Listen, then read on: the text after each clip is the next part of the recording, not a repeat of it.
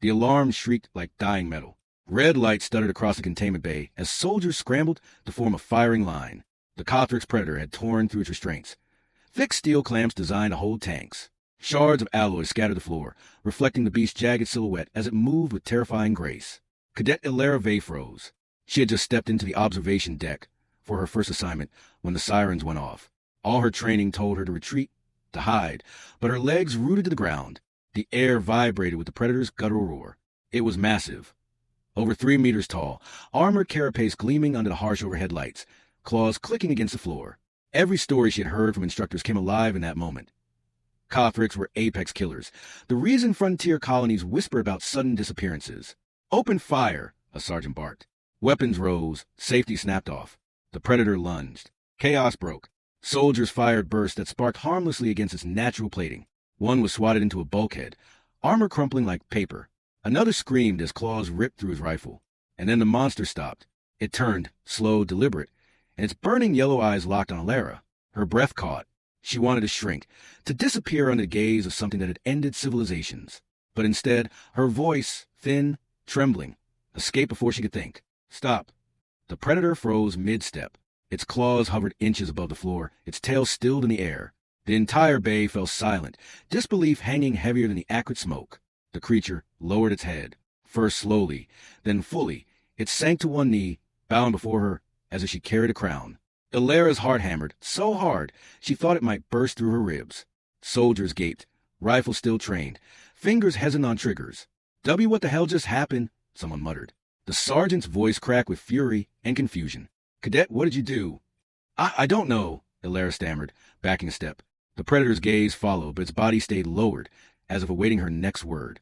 "Don't play games," the sergeant snapped. "Why isn't it moving?" "I just told it to stop." He barked a bitter laugh. "That thing doesn't understand words. It doesn't understand anything but blood." Yet there it remained, kneeling, unblinking, ignoring every other armed human in the room. Ilera's fear tangled with something stranger, curiosity. Tentatively, she raised a hand. The predator's eyes followed the movement, head tilting, almost attentive. The sergeant's voice dropped low. "Back away slowly, cadet. We'll finish this."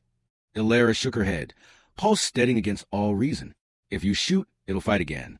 But right now it's listening." The room hung on the edge of panic. Veterans who had faced firestorms and deep space sieges now hesitated because a teenager, barely through training, had spoken, and the galaxy's deadliest predator obeyed. "Say something else," one of the soldiers whispered. Ilera swallowed. "Stand down."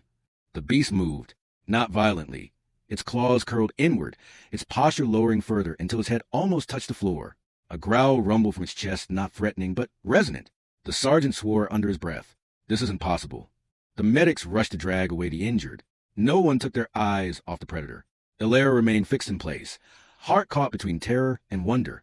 When the last wounded man was carried out, the commanding officer stormed in. Captain Dresch was built like reinforced concrete, voice honed to cut through battlefields. "Report." The sergeant gestured sharply. The creature broke containment. "We engaged." Then Cadet Vey spoke, and it debayed. Dresch's sharp eyes fell on Ilera. "Is that true, Cadet?" "Yes, sir," she said, throat dry. "I told it to stop, then to stand down." "And it listened?" She nodded. The captain studied her with disbelief carved into every line of his scarred face. Then he turned to the predator. "Kill her." The room stiffened. Soldiers prepared for carnage. But the predator didn't move. Its gaze locked on Dresch, then returned to Ilera. A low snarl reverberated through the bay, not at her, but at him. Dresch's jaw tightened. "Remarkable. Either it's broken or you've somehow taken command." "I don't," Ilera began. "Silence. You'll be confined with it under controlled observation. If it obeys you again, we'll know this isn't coincidence. If it doesn't, you'll both be purged." Her blood chilled. Observation duty with this? But she couldn't argue, not with the captain's gaze heavy on her. "Yes, sir. Remove everyone else," Dresch ordered. "Leave the cadet." The bay emptied. Ilera was alone with the predator. The silence pressed against her ears. The creature rose, towering over her. Every instinct screamed to flee, yet it didn't attack. It tilted its head, nostrils flaring as if studying her scent. She whispered, "Why me?" The predator gave no answer, but its massive body lowered again, this time more deliberate, as though it recognized her question and reaffirmed its choice. Ilera took a shaky breath. Against all logic, she stepped closer. The air around the beast was hot, carrying the sharp tang of iron and ozone. Her reflection shimmered in the glossy armor of its chest. One wrong move, and she'd be a smear on the deck. But when her hand hovered inches from its carapace, the predator did not strike. Instead, it leaned forward, letting her palm rest against armor that thrummed faintly with life. Her fear did not vanish, but something else grew in its place, an understanding. This was not submission born of chains. It was choice. Behind the observation glass, unseen but surely present, officers recorded every second. To them, it was a weapon waiting to fail. To Alara, it felt like standing on the edge of a storm that had chosen, impossibly, not to swallow her. For the first time since boarding the Valiant, Alara Vey felt the weight of eyes not mocking her, but expecting something greater. She didn't know why this predator obeyed her, or how long it would last. But in that moment, with the galaxy's deadliest killer kneeling at her side, she knew one thing. Her life as just a recruit was over. The chamber was colder than steel should have been. Alara stood inside with the predator. Every movement broadcast to officers behind the thick observation glass. The creature crouched a few steps away, its carapace catching the glow of overhead lights. It hadn't taken its eyes off her since they entered. Captain Dresch's voice crackled over the intercom. "Begin, cadet." Alara swallowed. Begin what? She had no training manual for this. Her throat was dry, but she forced her voice steady. "Stand." The predator rose in a single fluid motion, towering until its crest scraped the upper mesh. Soldiers on the other side of the glass shifted nervously, hands resting near holsters even though nothing could pierce the barrier. "Step forward." Alara tried. Heavy claws clicked once, twice. The beast moved, only 2 steps, then stilled, as if waiting. "Holy hell!" someone muttered beyond the glass. Captain Dresch cut him off. "Continue." Alara inhaled slowly. She felt absurd, like a child playing a commander. Yet the creature responded to her. It wasn't random. Something in her voice, her presence, meant command. She glanced down at her trembling hands, then clenched them into fists to stop the shake. "Sit," she said. The predator lowered itself with eerie obedience, folding its limbs until it rested on its haunches. Murmurs filled the room beyond the glass. Dresch's voice snapped through them. "Enough. Record results. Cadet, remain with the subject until further orders." The observation lights dimmed. Only the predator's faint bioluminescence lit the chamber, its eyes glowing like twin embers. Alara exhaled. "So, you really do listen?" The predator rumbled low in its chest. Not hostile, not quite friendly, just a sound that felt like acknowledgement. Later, in the mess hall, the tension followed her like a shadow. Every table quieted when she walked past. Veterans who normally swapped crude jokes now only stared. Some glared, some whispered, a few outright avoided her. Private Marin, a broad-shouldered soldier with a scar across his jaw, spoke loud enough for half the room to hear. "Look at her, barely out of the academy, and she's got a pet monster. Doesn't make her a soldier." Alara stiffened. She wanted to ignore him, but her tray rattled as she set it down. "Not a pet," she said evenly. Marin leaned back, smirking. "Then what? You think it's your loyal dog? Wait until it decides your meat." Before she could respond, another voice cut in. Sergeant Holland, older, calmer, respected even among cynics. "Careful, Marin. You weren't in the bay when it dropped to one knee. I was." It didn't bow to fear. It bowed because she told it to. The mess quieted further. Eyes flicked between them. Marin snorted. "Or it's just waiting. I've seen predators stalk prey for days before tearing them apart." Alara pushed her tray aside, appetite gone. "Believe what you want, but it listens. That's more than fear ever got you." Holland's gaze lingered on her, unreadable. At last he nodded slightly, as if conceding the point. That night, sleep never came. The barracks echoed with the low thrum of engines, but Alara kept replaying the moment in the bay, the way the predator had bowed, the way its eyes fixed only on her. She didn't understand it, but she knew instinctively it wasn't trickery. It was recognition. The next day, Dresch ordered further testing. This time, guards brought live bait, a captured Cothrix drone, smaller but vicious, thrashing against its bindings. Alara's chest tightened. "You want me to command it against its own kind?" "Correct," Dresch said. His tone left no room for argument. "If it won't kill for you, it's useless." The drone shrieked, its mandibles clacking against steel. The predator shifted, low growls building like rolling thunder. Alara lifted her hand. "Wait." It froze, claws flexing against the floor, but did not lunge. The drone thrashed harder. Soldiers raised rifles in case containment broke. Dresch's glare pierced the glass. "Control it, cadet, or I put a bullet in both your skulls." Alara's pulse hammered. She knew what they wanted. Blood-proof, obedience proven in carnage. But she couldn't let them turn this into a spectacle of slaughter. She needed to prove loyalty, not savagery. She locked eyes with the predator. Its breathing slowed, its growl fading, waiting on her decision. "No," she said firmly. The predator rose but turned its head away from the drone. Its tail lashed once. Then it crouched again, ignoring the thrashing creature completely. The observation deck erupted in argument. Some shouted about wasted opportunity, others about impossible control. Dresh silenced them with one barked word. He studied Alara long, then said, "Interesting. Dismissed for now." Back in the corridor, Holland caught up to her. His expression was serious. "You realize what you just did? Everyone expected you to order it to kill. Instead, you told it to hold back." "It listened," she said. "That's what scares them." He lowered his voice. "The Kothricks rule by fear. But this thing, your thing, obeys without it. That's different. Dangerous. Some of the brass will want you dead before they risk what that means."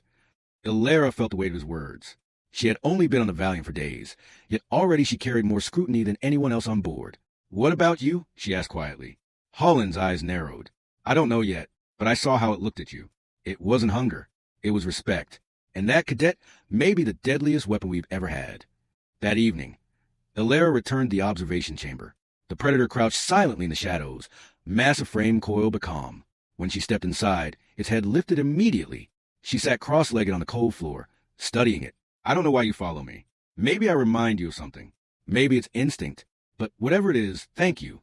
The predator rumbled softly, almost like a distant drumbeat. It lowered itself again, the gesture unmistakable. Acknowledgement. For the first time, Alara didn't feel fear. She felt something far more dangerous. Responsibility.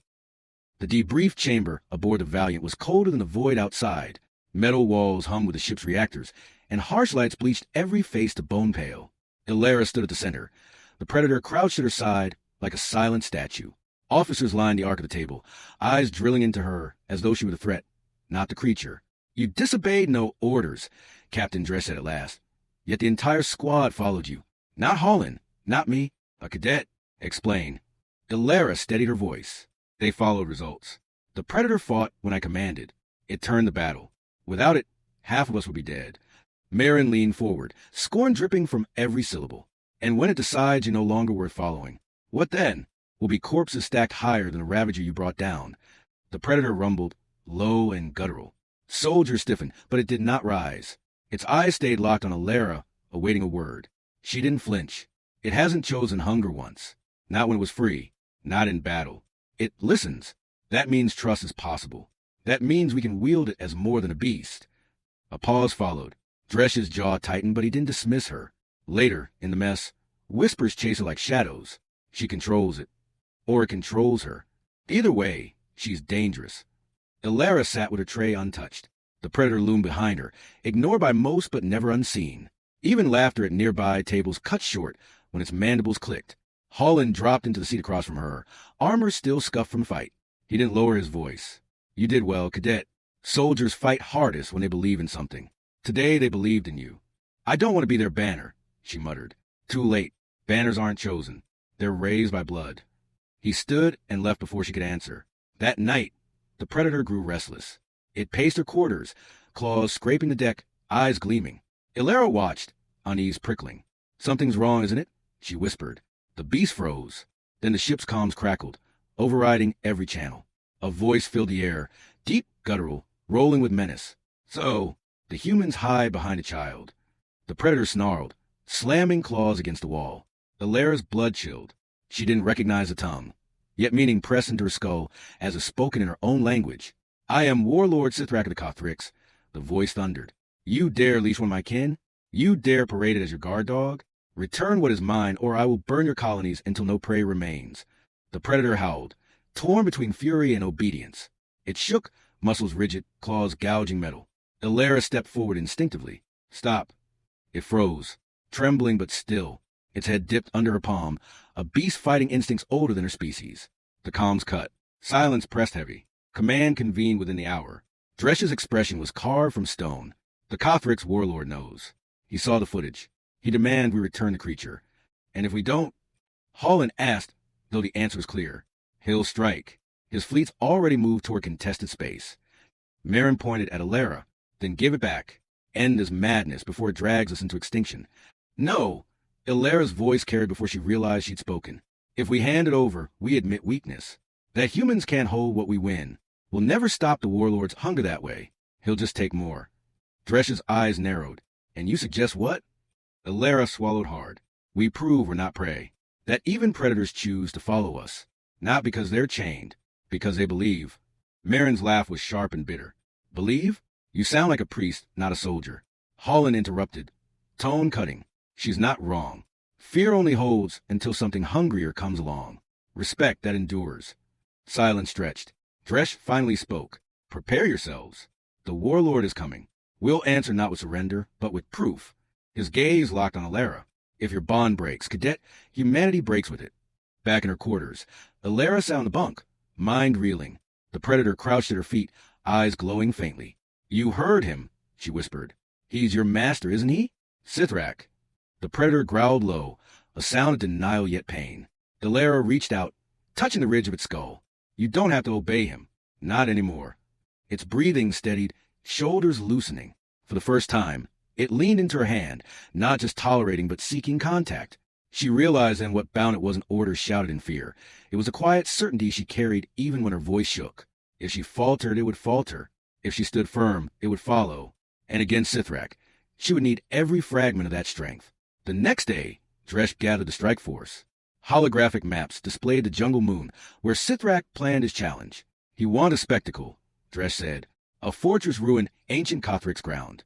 He'll come with his warband. He expects us to cower. We'll meet him instead. Marin sneered. You mean we're throwing men into his jaws? Dresh's glare cut him silent. No, we're showing him what jaws taste like when they close around prey that bites back. Ilara felt the predator's gaze on her. The weight of command pressed like gravity, but she didn't bow under it. She lifted her chin. I'll face him, she said, with the predator. We end this where he thinks he's strongest. Gasps flickered through the room, but no one laughed. Dresh studied her, unreadable. Then he nodded once. So be it. The room dispersed, soldiers muttering. Holland lingered, laying a hand briefly on her shoulder. Be certain, cadet, warlords fall hard. And if you fall, so does everything we built today. Ilara met his eyes. Then I won't fall. The predator growled softly, as if sealing the vow. In the quiet that followed, Ilara stood at the viewport, stars wheeling past. Her reflection stared back. Too young, too small, a cadet wrapped in armor that felt too heavy. Yet behind her, the predator's outline loomed steady and unyielding. For the first time, she believed the impossible might be true. A human had chained no beast. She had earned a choice, and soon she would test it against a warlord. The Valiant shuddered as it dropped out of FTL, alarms pulsing red. Ilara gripped the rail in the troop bay, her heart racing. She had been briefed only minutes before. Insertion onto Vera 9, a contested mining colony where Kothrik's drones had overrun the perimeter. Casualties were mounting. Cadets don't belong in live zones. Marin hissed at her across the hold, voice low but sharp. Especially ones dragging a monster on a leash. Ilara ignored him. The predator crouched beside her, silent but alert, claws gripping the grated floor. Troops kept their distance, weapons half raised even though command had ordered restraint. No one trusted the arrangement. Not yet. The bay doors opened with a hydraulic roar. Dust and fire filled the air outside. Gunfire crackled in the distance, accompanied by the screeching wails of Kothrik's drones. Drop zone clear, shouted the pilot. Captain Dresh's voice came through comms, iron as ever. Cadet Ilara, frontline. Prove the thing is worth the fuel we spent hauling it. Her stomach knotted, but she forced her boots forward. The predator matched her stride, hunched low, muscles rippling like coiled cable. Soldiers fanned out behind, tense but following. The colony's outer wall loomed ahead, torn open where Kothrik's had breached. Corpses littered the sand, some human, most alien. Smoke twisted upward in black plumes. A squad of drones rushed from breach, their angular limbs clattering against stone, mandibles clacking in a chorus of hunger. Fire. Holland barked. Rifles lit the night. Bolts of plasma cut through 2 drones, but 3 more leapt over the rubble, shrieking. Ilara raised her hand. Now! The predator exploded forward, faster than she imagined possible. Its claws tore through the lead drone, splitting carapace like brittle glass. Another lunged. The predator seized it by the throat, slammed it into the ground, and crushed its head underfoot. The third hesitated, confused by the ferocity. A single swipe ended it, limbs scattering across the dirt. Silence followed, broken only by the hiss of plasma cooling on drone husks. Soldiers stared, all playing even behind visors. Marin muttered, Emperor's bones. Holland turned to Ilara. It obeyed your word. Not hunger, not instinct. Order. She nodded, pulse still hammering. It fights for us. They pushed deeper into the colony. Streets lay cracked and bloodstained, homes reduced to rubble. Survivors huddled where soldiers herded them toward evac transports. Illyra caught wide-eyed stares from children, some pointing not at the soldiers saving them, but at the predator shadowing her every step. One boy whispered, "Is it ours?" Illyra bent briefly, meeting his gaze. "It's here to protect you." The boy nodded, hope flickering where only fear had lived moments before. At the central refinery, resistance stiffened. Drones poured from smoke-filled alleys, dozens at once, claws scraping concrete. The squad braced, rifles spitting fire, but numbers threatened to overwhelm. "Hold the line!" Holland roared. Illyra's throat tightened. She could feel the soldiers faltering, the swarm pressing closer. She turned to the predator, whose muscles quivered like thunder restrained. "Break them," she commanded. It surged forward like living artillery. Every strike shattered exoskeletons. Every roar scattered drones. Soldiers regained footing, pushing fire into cracks left by its rampage. The tide wavered. But then came the sound, a deeper screech, echoing like a horn of war. From the refinery shadows emerged a larger Cothrix, twice the height of a man, armored in obsidian plates. A Ravager. Targeted. Holland shouted. Weapons locked, bolts flying. The Ravager shrugged off fire, advancing with thunderous strides. Illyra's pulse spiked. She knew the predator could hear her. Waiting, she stepped forward, voice cutting through the chaos. Together, the predator launched itself at the Ravager as Illyra darted alongside, rifle spitting plasma. The Ravager swung a massive claw. The predator met midair, impact shaking the street. Illyra's shots hammered cracks into its plates. "Left flank," she shouted. The predator pivoted, driving claws into the Ravager's exposed joint. Black ichor sprayed. The Ravager shrieked, stumbling. Soldiers poured fire into the breach. Illyra raised her rifle one last time, firing into the gaping wound. The Ravager collapsed with a seismic crash. The street went still, save for heavy breathing and distant gunfire. The swarm broke, scattering into shadows. Cheers erupted among the soldiers. Some clapped each other's shoulders. Others simply stared at Illyra and the beast at her side. Holland lowered his weapon, his voice low but clear. That wasn't chance. That was command. Even Dresh, listening through comms, allowed a grudging note of respect. Perhaps the recruit isn't entirely useless. Later, as the squad regrouped inside the refinery, tension gave way to a strange quiet. Soldiers cleaned weapons, patched armor, but their eyes kept flicking toward Illyra and the predator resting nearby. Its carapace spattered with ichor yet calm, awaiting her next word. Marin finally broke. "You do realize what this means? If it follows her into battle, listens to every order, we don't need tanks. We don't need fear." His tone carried both awe and unease. "We have something stronger." Illyra didn't answer. She sat against the wall, helmet off, sweat matting her hair. The weight of what just happened pressed hard. She had led men into fire. She had unleashed a predator against their enemy and won. But the looks in their eyes told her something else. She was no longer just a cadet. She was becoming a symbol. When night fell, Dresh gathered the command staff. Illyra stood before them, exhausted but unyielding. The predator crouched at her side like a shadow. "You prove control under fire," Dresh said, pacing. "But symbols draw blades as easily as banners. Some will see you as a weapon, others as a threat. Know this, cadet. From today forward, you are both." Illyra met his gaze, refusing to flinch. Then, "I'll carry it, as long as it saves lives." The predator rumbled softly, as if in agreement. Holland's eyes flicked between them, calculating. Marin stared with thinly veiled resentment. Dresh's lips curled, not quite a smile. The war had many enemies. But Illyra knew now, some of them were not alien. Some were standing right beside her, and she would need the predator more than ever. The jungle moon bled mist beneath a storm-heavy sky. Lightning carved the ruins of an ancient Cothrix fortress into jagged silhouettes. Soldiers of the Valiant disembarked in silence, boots sinking into wet soil. Plasma rifles hummed, but no one spoke. Illyra stood at the front. The predator crouched beside her, claws flexing in rhythm with distant thunder. She felt every eye on her, as the outcome of the coming clash rested entirely on her shoulders. "Contact in 2 minutes," Holland reported, scanning his scope. His voice was steady, but his grip betrayed tension. From the ruins, shapes emerged. Hundreds of Cothrix warriors, their exoskeletons gleaming obsidian under stormlight. At their head strode a giant, Warlord Sithrak. His armor seemed grown from his own carapace, ridges like jagged mountains, eyes burning with predatory fire. He lifted a clawed hand, and the swarm froze. His voice carried across the battlefield, amplified by alien resonance. "Humans, you play at dominance. You hold my kin in mockery. Return it, and I will spare your bones the breaking." The predator snarled, tore between rage and recognition. Its claws gouged the mud, eyes darting between the warlord and Illyra. Illyra stepped forward, rifle lowered but voice clear. It chose me. Not you. Not chains.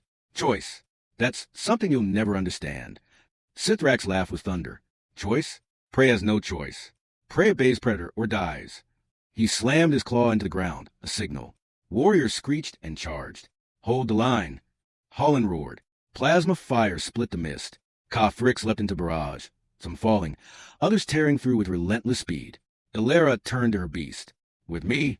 It surged forward at her word, colliding with the swarm like living artillery. Limbs shattered under its strikes, ichor spraying as it carved a path. Soldiers tightened formation behind. Holding the breach, the predator opened. But Sithrak did not wade into the chaos. He came straight for Illyra. The ground shook beneath his steps. He towered over her, every movement radiating authority. The predator hesitated, growling low, torn between instincts drilled by a lifetime under the warlord and the bond forged with her. Come to me, Sithrak commanded. His voice rang like an ancient law. You are Kothrix. You are mine. The predator trembled, claws sinking deep into soil. Its head turned toward Illyra, then back to Sithrak. The choice hovered like a blade. Illyra stepped closer, heart hammering but voice steady. Look at me. The predator's gaze locked with hers, mandibles clicking in confusion. You're not his weapon, she said. You're more than hunger, more than fear. You fight because you choose. Choose me. Choose us. Sithrak bellowed, fury splitting the storm. You dare claim kinship with prey? He lunged, claws aimed to tear Illyra in two. Now, she shouted. The predator moved, faster than the warlord expected. It intercepted the blow, claws locking with Sithrak's in a shower of sparks. The two titans strained, muscles quaking, soil cracking beneath them. Illyra fired into the gap, bolts hammering the warlord's exposed joints. He roared, wrenching free, but the predator followed, claws raking across his chest. The duel shook the ruins. Soldiers and Kothrix alike paused to watch predator and warlord clash, a storm within the storm. Sithrak slammed the predator back, towering over Illyra once more. His voice dripped with venom. You are nothing but fragile meat hiding behind borrowed claws. Illyra's chest heaved, but she didn't back away. And yet here I stand, while you bleed. The predator roared and lunged again. Together, they press him, Illyra striking weak points, the predator driving relentless blows. Inch by inch, the warlord staggered. Desperation twisted his features. With a last surge, he hurled the predator aside, turning all his fury on Illyra. Claws rose, lightning casting them into jagged spears. She didn't flinch. Obey me! The predator launched from the ground, slamming into Sithrak mid-swing. Its claws drove deep into his throat. Black ichor sprayed as the warlord choked on his own roar. With one final heave, the predator ripped free. Sithrak collapsed, thunder swallowed by silence.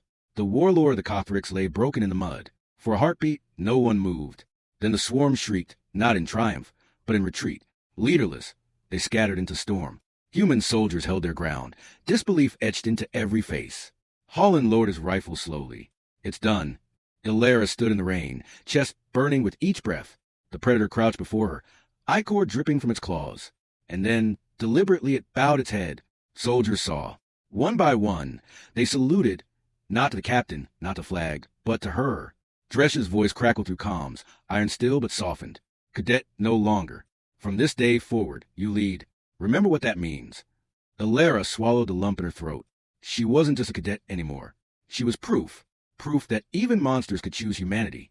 Hours later, as transports lifted survivors, Illyra stood at the edge of the ruined fortress. The storm had broken, stars peeking through ragged clouds. Holland joined her, silent for a moment before speaking. Never seen anything like it. A warlord felt not by strength alone, but by belief. Illyra glanced at the predator beside her. It wasn't belief in me. It was belief in choice. That's what he never understood. Holland nodded slowly. Maybe that's what makes us dangerous. Not our weapons, not our ships, but the way we convince others to fight with us, not under us. Illyra let the thought settle, watching the predator lift its head toward the sky, no longer shackled by another's command. Humanity's strength, she whispered, was never claws or fangs. Its will, the will to stand, even when we shouldn't, and to make others stand with us. The predator rumbled softly in agreement, as though it understood every word. And for the first time, Illyra believed the galaxy might, too.